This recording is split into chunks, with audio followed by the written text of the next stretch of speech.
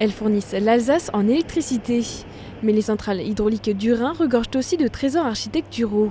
Construite au début du XXe siècle, celle de Kems a récemment servi de terrain de jeu et d'inspiration à 3 photographes. Une exposition visible à quelques mètres de ces turbines.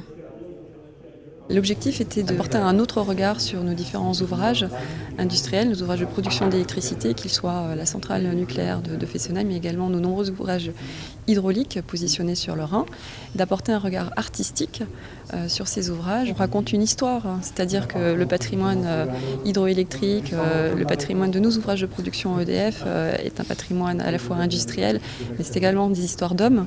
À savoir que l'art et l'électricité, c'est une longue histoire d'amour, on va dire, sur le Rhin et pour EDF de manière générale, puisque dès les années 50, EDF a passé des commandes artistiques à de nombreux artistes locaux, justement, et aujourd'hui encore, on le voit sur nos centrales, sur les façades de nos centrales, qu'il s'agit de fresques ou alors de hauts reliefs, de sculptures qui effectivement embellissent les abords des sites. Commandée par le groupe EDF et le musée Electropolis de Mulhouse, l'exposition a été pilotée par la Chambre, un espace d'exposition et d'éducation à l'image basé à Strasbourg.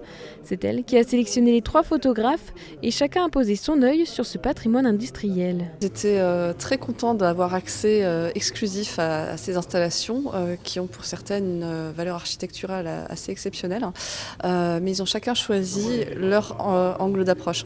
Donc Thomas Jorion par exemple s'est vraiment intéressé à l'architecture, aux machineries qui sont parfois colorées pour des raisons à la fois esthétiques et techniques. Léo de La Fontaine s'est intéressé aux personnes qui travaillent dans ces centrales avec leurs costumes professionnels caractéristiques.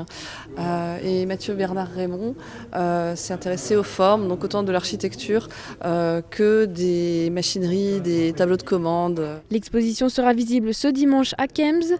Il est également possible de s'inscrire pour visiter la centrale et ainsi avoir son propre regard sur ce bâtiment.